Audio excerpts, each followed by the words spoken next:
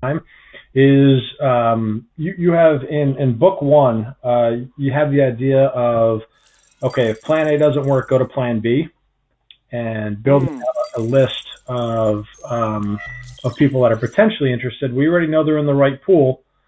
Just because they're not buying, they didn't fall in that 5 or 10 or 20% that's actively looking today, doesn't mean they're not going to buy over the course of the year or the next 18 months or 2 years.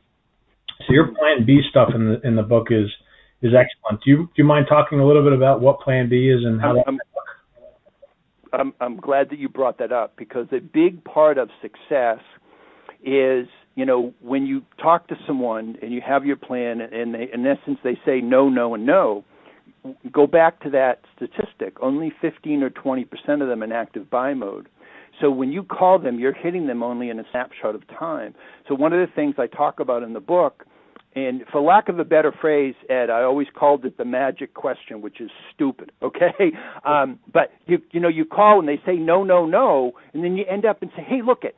This is the way I did. I said, hey, look it, not a problem. Don't want to be on your back. Hey, but obviously we do an awful lot of this. Could you suggest a time we should be back in touch? And then you do the hardest thing for a salesperson to do, shut up. And you'd be surprised how many people will go, well, actually, call me in a month. Call me in 6 months. And then you say, oh, okay, great.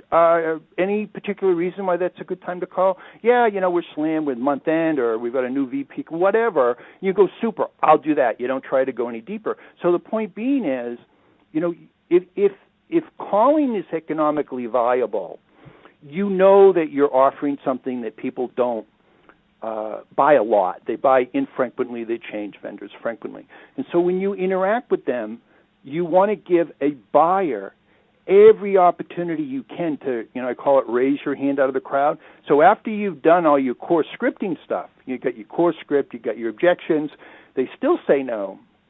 You want to squeeze that a little bit more, and you end up with the magic question. Hey, not a problem.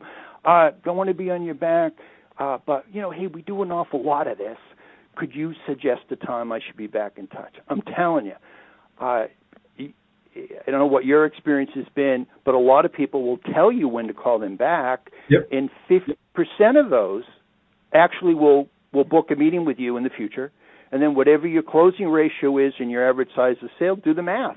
So a dead-end call, and I'm glad you brought that up. So, a dead-end call with that simple question at the end, all of a sudden, all that value. And that presupposes that you're calling the right pool, that, in your pitch you are laying out your credibility and value so that they're more likely to say, yeah, actually, call me in a month, call me in 3 months, call me in 6 months, and here's the reason why.